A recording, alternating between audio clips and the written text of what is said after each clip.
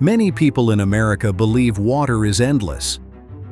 Since more than 70% of Earth is covered by it, yet only about 2.5% is fresh, and less than 1% is usable for drinking or farming. The good news is that the United States has always been blessed with some of the largest reserves of fresh water on Earth. The Great Lakes alone hold nearly 1/5 of the world's surface fresh water, enough to supply entire nations for generations.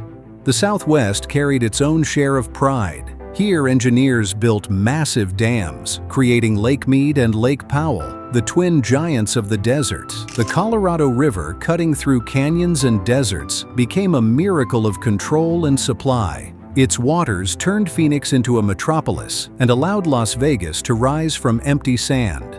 But the picture has changed in ways no one expected. Lake Mead has fallen to its lowest point since it was first filled, exposing ghostly shorelines and stranded boat ramps. Lake Powell faces the same fate, shrinking to a shadow of its former size. The Colorado River itself, once unstoppable, now runs weaker each year as demand far exceeds its natural flow. Las Vegas, the desert's bright jewel, warns of limits that could halt its growth. Phoenix tightens restrictions, and farmers in New Mexico and Utah clash over dwindling irrigation rights. What once felt eternal now looks fragile. What happens to a nation when its rivers no longer reach the sea? How long can towns and cities survive when the wells run dry? In this video, we will tell the story of 10 U.S. states where water is already running out today. But before we start, here's a little question to entertain you. In which U.S. state has the potato become a driver of the water crisis? A. Arizona. B. Idaho. C. Nevada. D. Utah. Share your opinion in the comments and patiently watch this video till the end to find out the truth. Number 10. Arizona.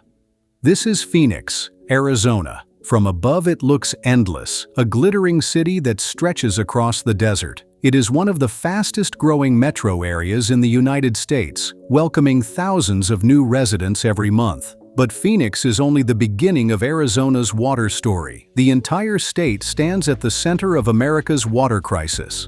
Tucson, smaller but no less dependent, relies heavily on the same lifeline. Rural towns and farming regions depend on water deliveries that come from hundreds of miles away. The survival of all these places is tied to a single source, the Colorado River, and the systems built to control it. For decades, the Colorado was treated as an endless resource. The Central Arizona Project, a vast system of canals and pumps, carried its water deep into valleys that would otherwise remain dry. This allowed cities to grow and turned Central Arizona into productive farmland. Cotton, alfalfa, and lettuce fields flourished in places that received less than 10 inches of rain a year. For a time, it looked like a miracle of modern engineering, proof that a desert state could thrive. That miracle is now in doubt. The Colorado River delivers far less water than when those projects were designed. Snowpack in the Rockies is shrinking, and what does fall melts earlier, leaving less for the summer months. Lake Mead, which stores much of Arizona's supply, has fallen to the lowest point in its history. Lake Powell is not far behind, shrinking into side canyons that were once underwater. As the reservoirs drop, the promise of reliable water for Arizona begins to collapse. Farmers feel the cuts first. In Pinal County, many fields are being abandoned because irrigation deliveries have stopped. Groundwater pumping has increased, but aquifers take centuries to refill. Studies show that if current trends continue, parts of Phoenix could run out of secure water by 2050. The warning is stark. Experts caution that regions of Arizona could become effectively uninhabitable within a few decades if supplies keep falling. America has seen such collapse before. During the Dust Bowl of the 1930s, severe drought and depleted soils drove hundreds of thousands from Oklahoma, Texas, and New Mexico. Towns emptied, farms failed, and families fled in search of survival. Arizona now faces a modern version of that same story, only this time the threat is not farmland alone, but entire cities. Are you from Arizona? Have you noticed the growing water crisis in your state? And do you see its impact around you? Share your thoughts in the comments below. Before we continue, make sure to like this video and subscribe to our channel. And now, let's dive in. Number 9. Nevada. Nevada is the driest state in the United States. On average, it receives barely 10 inches of rainfall each year, far less than most places in the country. Entire valleys go months without a drop, and summer heat pushes temperatures above 100 degrees. In such conditions, survival depends on every gallon of water that can be stored or pumped from the ground. Nevada, like its neighbors, relies heavily on the shrinking Colorado River and Lake Mead, but its own problems run much deeper. Agriculture is one of the most surprising challenges. Though the land looks barren, farmers in rural valleys have built an industry around crops that demand huge amounts of water. Alfalfa, a common cattle feed, is the biggest. Fields of green stretch across Churchill County and other regions, created by relentless irrigation in places that would otherwise remain desert. The controversy is that much of this alfalfa is not feeding Nevada's cattle at all. Reports revealed that large portions are exported overseas, including to China and the Middle East, essentially shipping the state's scarce water supply to foreign markets. For residents who watch wells run dry, this practice has become a symbol of misplaced priorities. The heavy pumping required to sustain such crops has also damaged the land itself.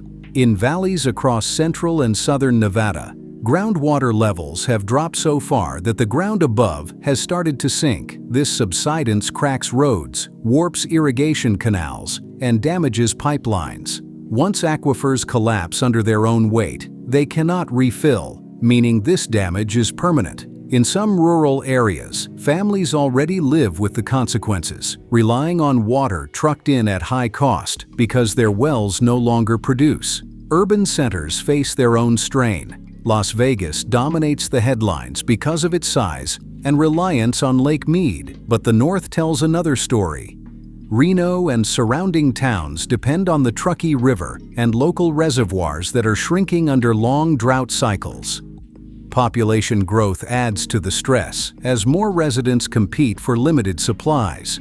Unlike Las Vegas, which invested in massive intake tunnels, many smaller cities and towns lack the resources for large-scale projects.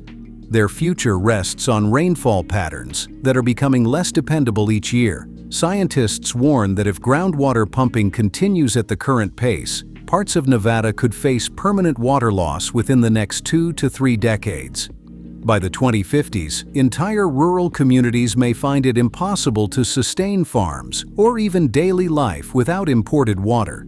For the driest state in America, that scenario would mean more than an inconvenience. It would mean towns simply vanish from the map, leaving only abandoned fields where alfalfa once grew for export. Are you from Nevada? Have you seen the debates about exporting alfalfa overseas? Share your thoughts in the comments. Our team needs your help.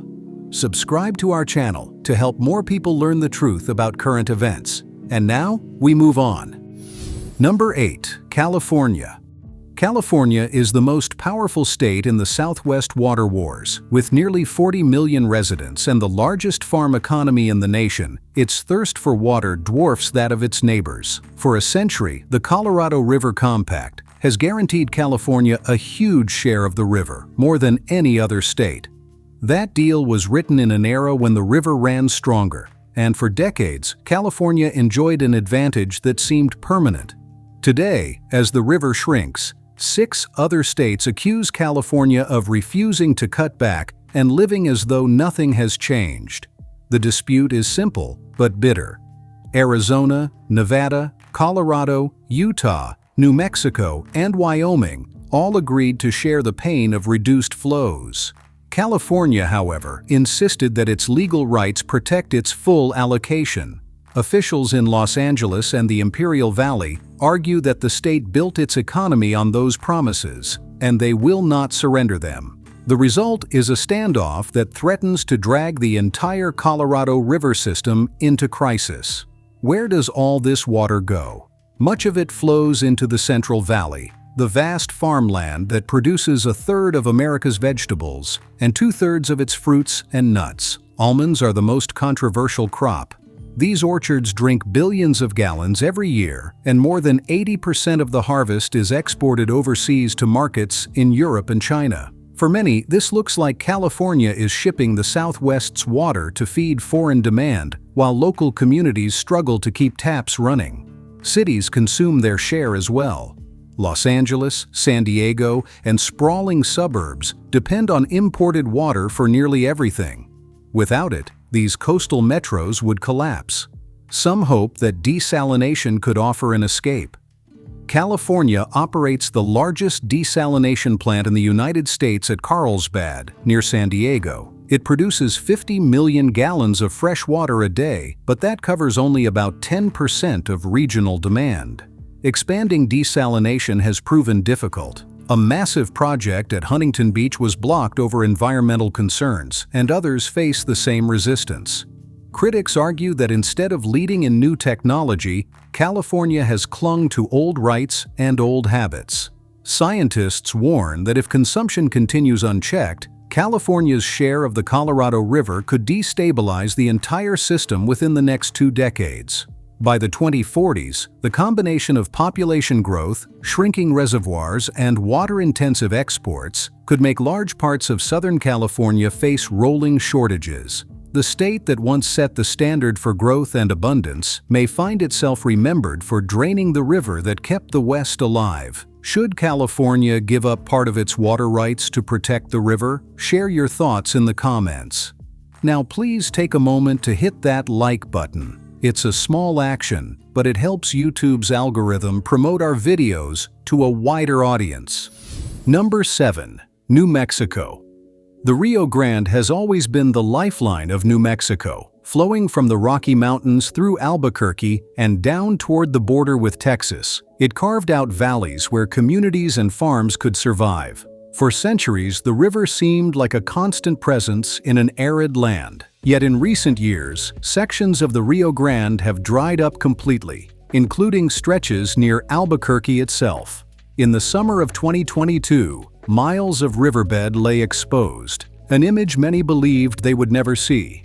New Mexico is one of the poorest states in the nation, and that makes the crisis even harder to fight. It has fewer resources for massive projects or technological fixes. When water runs low, farmers cannot simply build new infrastructure. The Rio Grande was supposed to be shared fairly between Colorado, New Mexico, and Texas under a system of compacts. But the shrinking flow has ignited bitter legal battles. Texas accuses New Mexico of hoarding more than its share. In 2014, the federal government even filed suit, arguing that the state failed to deliver the water it owed. The case dragged on for years, highlighting the desperation that comes when a river no longer meets its promises. Farmers in the Mesilla Valley and southern counties rely on the river and on groundwater pumped from the Mesilla Aquifer. That aquifer is dropping quickly. Wells that once reached water at shallow depths must now be drilled hundreds of feet. Pecans and chili peppers, staples of New Mexico agriculture, demand large volumes of irrigation. As the water table falls, these signature crops may become impossible to sustain. Scientists warn that if current pumping continues, the aquifer could be pushed to collapse by the middle of this century. Cities are not immune. Albuquerque, home to nearly 1 million people in its metro area, depends directly on the Rio Grande and local groundwater. During years of drought, the city imposes restrictions, urging residents to cut lawn watering and reduce outdoor use. Las Cruces, the state's second-largest city, faces the same challenge on a smaller scale. If nothing changes by 2050, large parts of southern New Mexico may lose their ability to support current levels of farming. In a state already struggling with poverty, the collapse of water resources could accelerate an exodus that reshapes the entire region. Are you from New Mexico? Have you noticed the Rio Grande running lower in recent years? Share your experience in the comments. Share this video on X and Facebook to help us grow. Every share counts. Number 6. Texas. Texas is often seen as a land of endless power and growth, but beneath the surface, its water crisis grows more severe each year. In the western half of the state, the future of entire communities depends on aquifers that are running dry. For generations, farmers and ranchers tapped the Ogallala Aquifer to raise cattle and grow cotton. Today, that lifeline is collapsing, with groundwater levels dropping so fast that some wells no longer reach anything but dust. Scientists warn that parts of the Ogallala are already so depleted that farming in some regions may not survive another generation. The crisis is not only about farms and ranches. Texas is also the heart of America's oil and gas boom. In the Permian Basin, around Midland and Odessa, hydraulic fracturing has transformed the state into the largest energy producer in the country. But each well demands millions of gallons of water. Between 7 and 15 million gallons are pumped into a single fracking site, a staggering amount in one of the driest regions of Texas. This industrial thirst competes directly with families, farms, and towns that need the same water to survive. Conflicts have already erupted. Residents complain of wells running dry just as drilling operations expand. Groundwater once reserved for communities is now being sold to energy companies who pay high prices and pump it deep underground to crack rock. The water does not return. Unlike irrigation, which can sometimes be recycled, water used for fracking is lost forever. In a region that already receives less than 15 inches of rain a year, the scale of this extraction is devastating. Cities feel the pressure too. El Paso, perched on the western edge of Texas, depends on a delicate balance of river water from the Rio Grande and limited groundwater supplies. In dry years, the river shrinks, forcing the city to draw more heavily on aquifers that are already strained. Officials have invested in desalination, building one of the largest inland plants in the world to recycle brackish groundwater.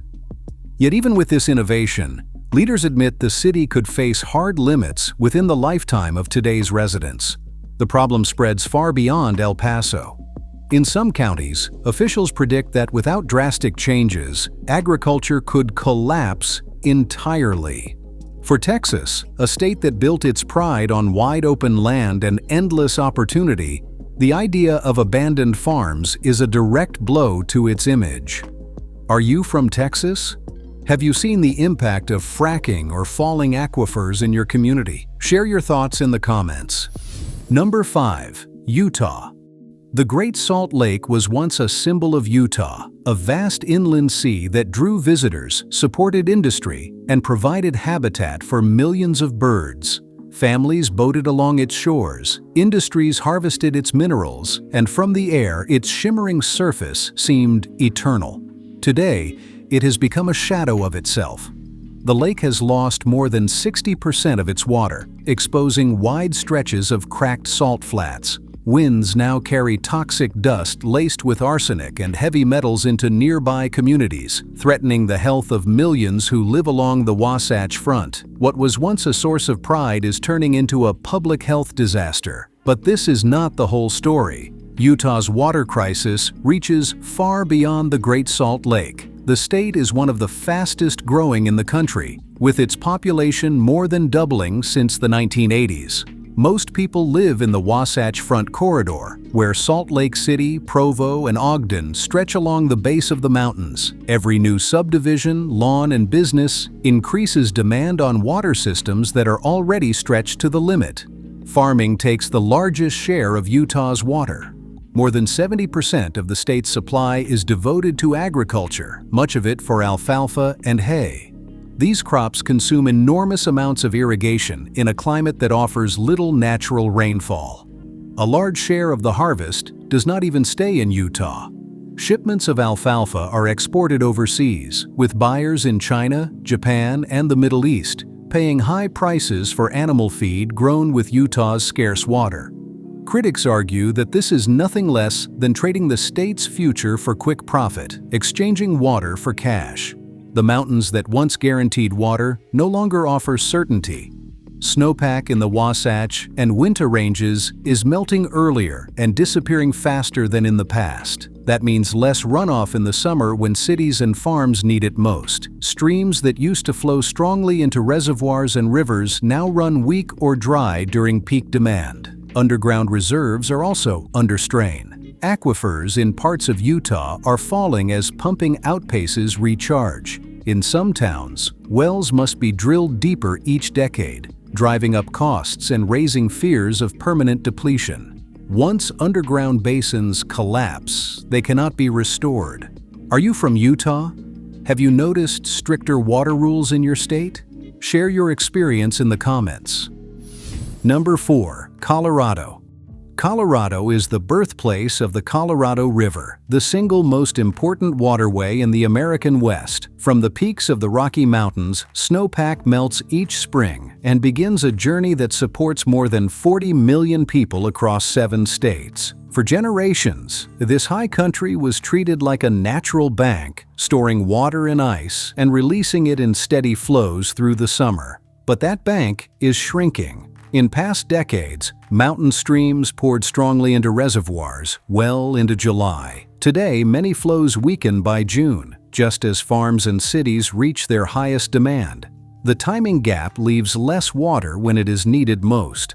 The result is not only a smaller Colorado River for Arizona, Nevada, and California, but also less reliability for Colorado itself. A state that gives life to the Southwest is struggling to secure enough for its own people. Cities have become the largest competitor for what remains. Denver, Colorado Springs, and the booming Front Range communities continue to grow rapidly. Lawns, parks, and suburbs on the dry eastern side of the state need constant irrigation.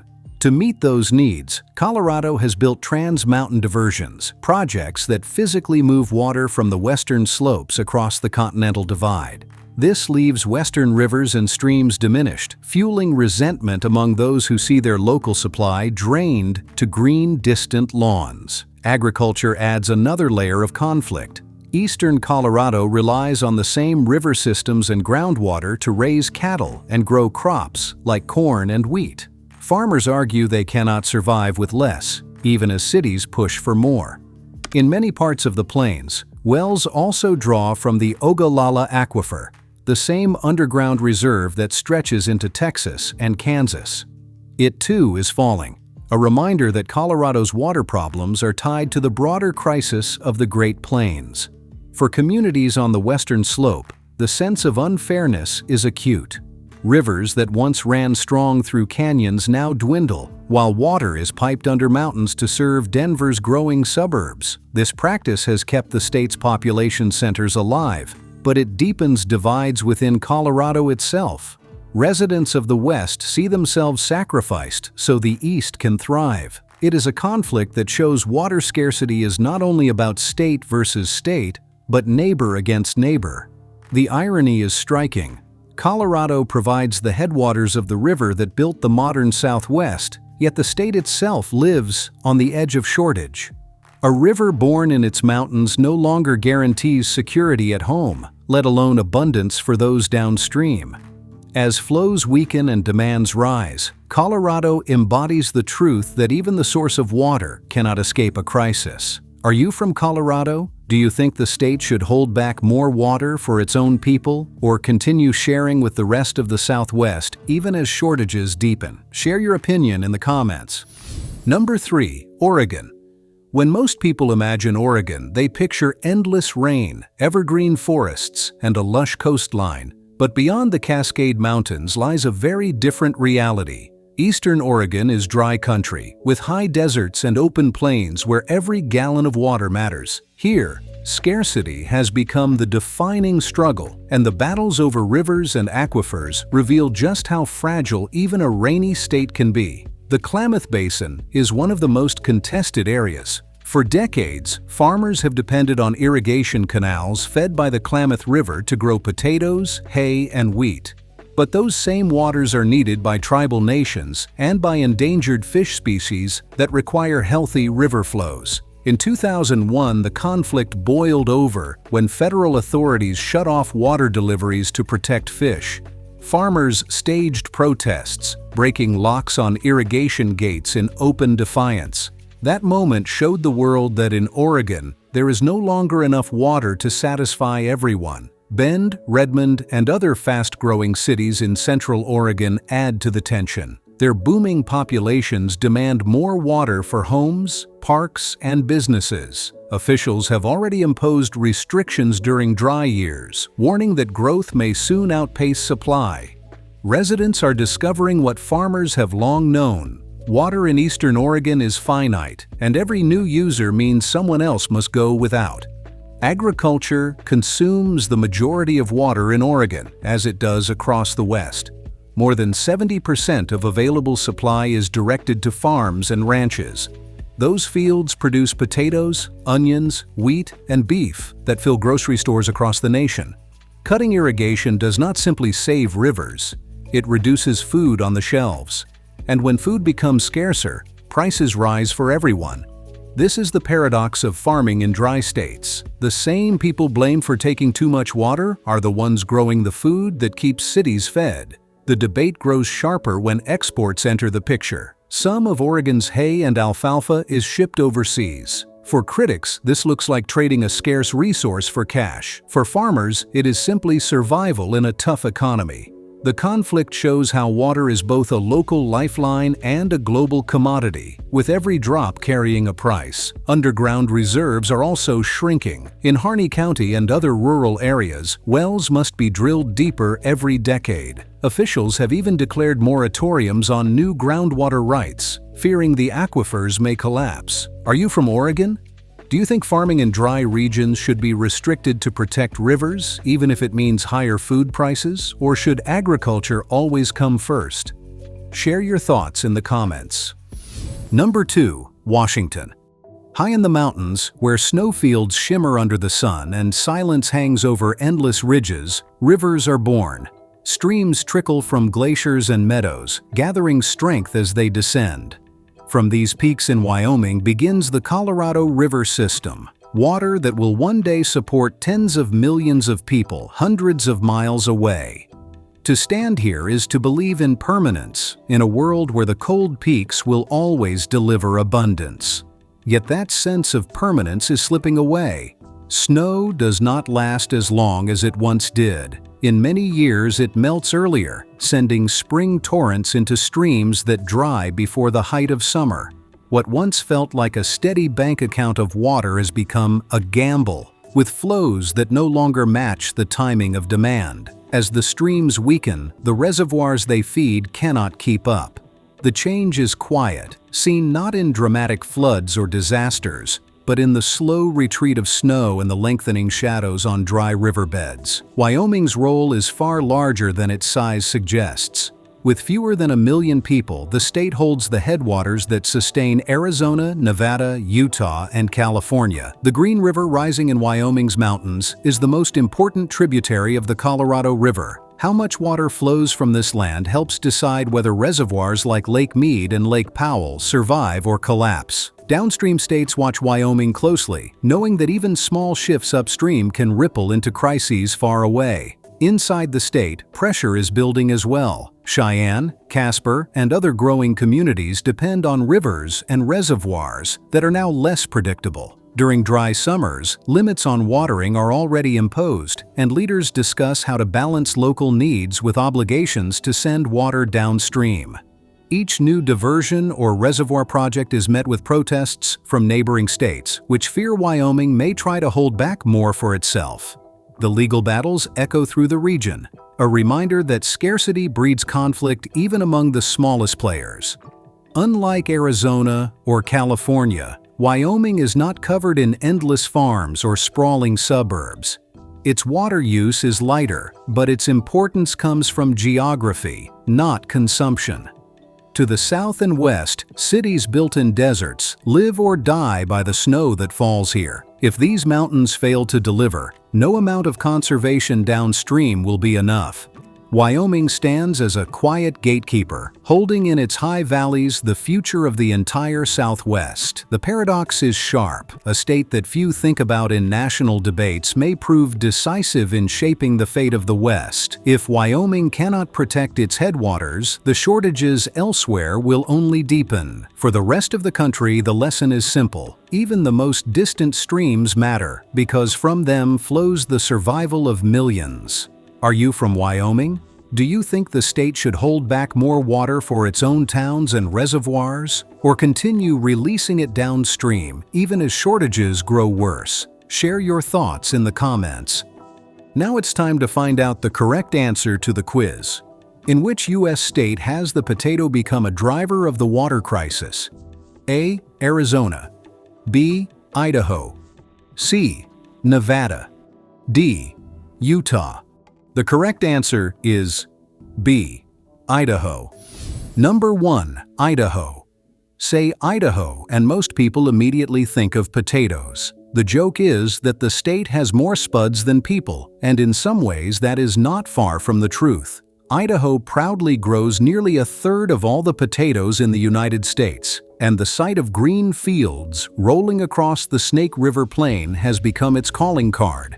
Fries in fast food chains, baked potatoes in diners, and countless home meals all carry the imprint of Idaho's soil. Behind the humor and the pride, though, lies a far more serious question. How long can this abundance last? Potatoes need enormous amounts of water, and those fields only exist because the Snake River and a network of canals feed them. For more than a century, irrigation has transformed desert into farmland, making Idaho synonymous with the potato. But farms are not the only ones demanding water. Boise and other fast-growing cities pull from the same rivers and reservoirs. Hydropower plants rely on those flows as well. In dry years, when the Snake runs low, competition turns fierce. Farmers see fields wither, while cities warn of shortages for new homes and businesses. This conflict between agriculture and urban growth is the real story behind Idaho's water. The farmer sees every gallon as a crop in the ground, while the developer sees it as a lawn or a tap for a new family. Both are right, and both depend on the same limited supply. Cutting one side hurts the other. If farms lose, shelves in grocery stores across America grow emptier and food prices rise. If cities lose, families cannot move in, companies cannot expand, and growth slows to a halt. Each option risks sacrificing something vital. At first glance, some might argue that halting growth is the best way forward. Idaho already has thriving communities, so why invite more stress on water supplies? But this view hides a dangerous truth. Economies that stop growing do not remain stable, they decline. Without new people and new businesses, jobs stagnate, tax bases shrink, and infrastructure ages. Schools struggle as young families leave, and industries look elsewhere for opportunity. What feels like safety can quickly become decay. The irony is sharp. Idaho's reputation rests on abundance, from potatoes to open land, yet it now faces the possibility of limits. Water is not just the foundation of its agriculture, it is the fuel for its cities.